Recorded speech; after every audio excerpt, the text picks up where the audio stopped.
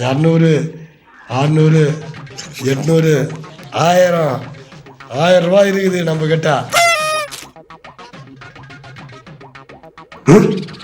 இந்த காகா முகம் வேறு வரானே, இவனுக்கு ஏற்கனவே நம்ம 1000 ரூபா பாக்கி, இருக்கிற காசு 1000 ரூபா தான் இருக்குது. இத்தையும் பிடிக்கிறானே, நம்ம உசாராக எடுத்து வச்சுக்க வேண்டியதான் பாக்கெட்டில். என்ன பாப்புலு கணேசா, எனக்கு நீ ஒரு 1000 ரூபா கூட உண்மை கொடுத்துட்டல. எனக்கு வேறு ஞாபகம் வருது அதிகமாக போயிடுச்சு. யார் துட்டு கொடுவானா யார் துட்டு கொடுவலன்னு கூட தெரிய மாட்டேங்குது. நீ கொடுத்துட்ருப்ப, இருந்தாலும் ஒரு டவுட்டாக கேட்குறேன். இந்த பைத்தியக்காரனுக்கு ஞாபகம் வருது அதிகம் போல இருக்கு. அது தெரியாத அவனை பார்த்துட்டு நம்ம பேதர்னா எப்படியோ சமாளிப்பான். கொடுத்துட்டேன்னா புழு கணேசா, உங்களை மாதிரி இந்த உலகத்தில் ஒரு ஆளை பார்த்ததே கிடையாது. ஒருத்தர் இருக்கிறானுங்க, காசு கொடுக்கலன்னா கூட கொடுத்துட்டேன்னு ஏமாத்துறவனுங்க. ஆனால் நீ இவ்வளோ நேர்மையாக இருக்கிறிய புழு கணேசா, அவனை நினச்சா எனக்கு பெருமையாக இருக்குது. சரிப்பா.